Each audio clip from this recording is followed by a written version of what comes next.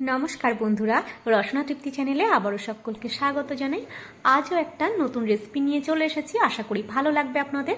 আর আমার চ্যানেলের রেসিপিগুলো যদি আপনাদের ভালো লেগে থাকে আমার চ্যানেলটাকে সাবস্ক্রাইব করে অবশ্যই আমার পাশে থাকবেন, আর বেল আইকনটা প্রেস করে দিলে সমস্ত রেসিপির নোটিফিকেশনগুলো সবার আগে আপনারা পেয়ে যাবেন।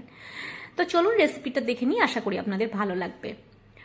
প্রথমে এক বাটি ময়দা নিয়েছি, ময়দাটাকে একটা ছেঁকনি দিয়ে ছেঁকে নেব। ময়দা আমি এক বাটি নিয়েছি, যে বাটি মেপে আমি ময়দাটা নিয়েছি সমস্ত পরিমাণগুলো কিন্তু আমি বাটি মেপেই নেব। মাত্র দুটো উপকরণ দিয়ে এই রেসিপিটা আমি বানাবো খুব সহজভাবে। তো চলুন, আশা করি আপনাদের ভালো লাগবে। ময়দাটাকে প্রথমে একটা ছেঁকনি দিয়ে আমি ভালো করে ছেঁকে নিলাম। দেখুন কতটা নোংরা বেরিয়েছে, এগুলোকে আমি ফেলে দেব। এইবার যে বাটি মেপে আমি ময়দাটা নিয়েছিলাম সেই বাটি মেপেই নেব হাফ বাটি ঘি। আপনারা ঘি আর সাদা তেল মিশিয়ে করতে পারেন, আমি কিন্তু ঘি আর সাদা তেল মিশিয়ে এখানে হাফ বাটি নিয়েছি। ঘিয়ের পরিমাণ 70% ছিল আর 30% ছিল সাদা তেল।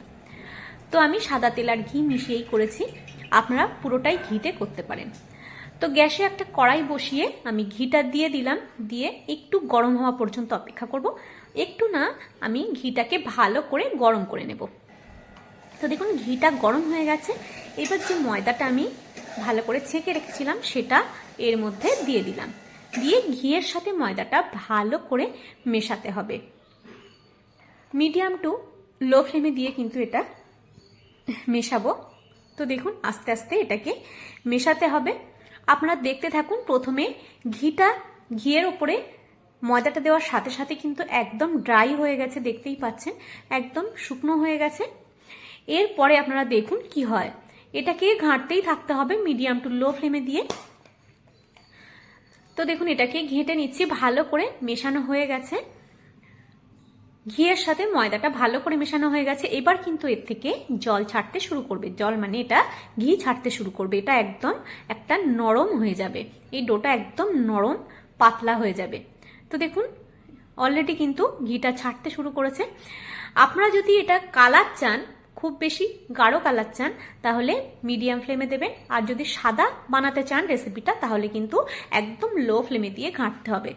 এটা দেখুন ঘাঁটতে ঘাঁটতে খুব সুন্দর একটা কালার চলে এসেছে। এটাতে কিন্তু আমি কোনো কালার ব্যবহার করিনি। আর ভালো করে ভাজা হলে কিন্তু ময়দার গন্ধটাও চলে যাবে আর খেতে ভীষণ সুন্দর হবে। তো দেখুন নাড়তে নাড়তে একদম পাতলা হয়ে গেছে, ঘি ছেড়ে এসেছে। এবার আমি গ্যাসের ফ্লেমটা অফ করে দেব, দিয়ে আরও কিছুক্ষণ নাড়াচাড়া করব। এটাকে নাড়াচাড়া করতে করতে ঠান্ডা করে নেব। তো দেখুন এটা কিন্তু একদম রেডি হয়ে গেছে। এবার ঠান্ডাও হয়ে গেছে, এর মধ্যে দিয়ে দিচ্ছি হাফ বাটি গুঁড়ো করা চিনি। চিনিটা কিন্তু গুঁড়ো করে নিতে হবে, কারণ আমি গ্যাসের ফ্লেমটা অফ করেই আমি চিনিটা ব্যবহার করব। এখানে কিন্তু চিনি দেওয়ার পরে আর গ্যাসটা জ্বালাবো না। এটা কিন্তু ডোটাও কিন্তু ঠান্ডা আছে, এর মধ্যে অল্প অল্প করে দিয়ে যে বাটি মেপে ময়দা নিয়েছিলাম সেই বাটিরই আমি হাফ বাটি এখানে চিনির গুঁড়ো দিয়ে দিচ্ছি। চিনির গুঁড়োটা দিয়ে ভালো করে মিশিয়ে নেব। দেখুন ডোটার সাথে চিনিটা দেওয়ার সাথে সাথে কিন্তু ডোটা আরও একটু শক্ত হতে শুরু করবে।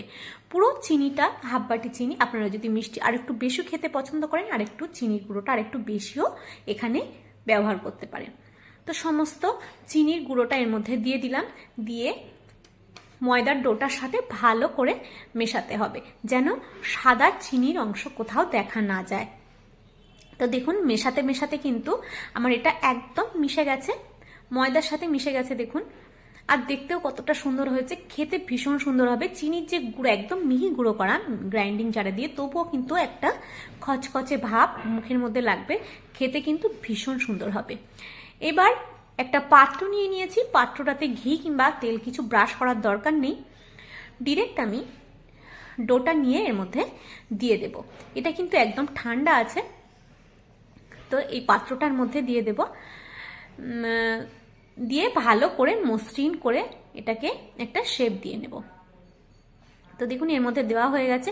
এবার চামচটা দিয়ে ভালো করে সাইডগুলো দিয়ে দিচ্ছি।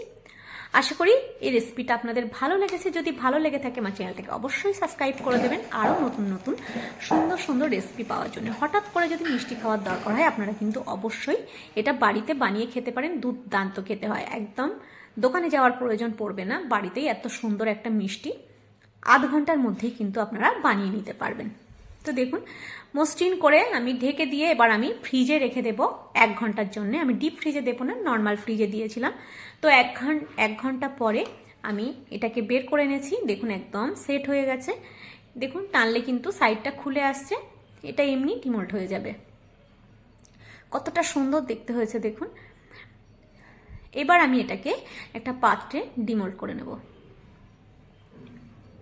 তো এটা কিন্তু ইজিলি বেরিয়ে চলে এসেছে। এবার এটাকে আপনারা আপনাদের মতো করে পিস করে নিতে পারেন। আমি একটা ছুরি দিয়ে এটাকে চৌকো শেপ করে নিচ্ছি। এটা ফ্রিজ থেকে বাইরে বের করার সঙ্গে সঙ্গে কিন্তু এতটা শক্ত থাকে, আস্তে আস্তে কিন্তু একটু নরম হয়ে যায়, খেতে কিন্তু ভীষণ সুন্দর হয়। তো আশা করি আপনাদের ভালো লেগেছে। আজ তবে আসি, আবার দেখা হবে নতুন কোনো রেসিপি নিয়ে। সবাই ভালো থাকবেন, সুস্থ থাকবেন। এতক্ষণ আমার সাথে সঙ্গ দেওয়ার জন্য সবাইকে অসংখ্য ধন্যবাদ। একটা আমি ভেঙেও দেখাচ্ছি, দেখুন কতটা সুন্দর হয়েছে, একদম খুব সুন্দর খেতে হয়। তো চলুন আসি, আজ তবে আবার দেখা হবে নতুন রেসিপি নিয়ে।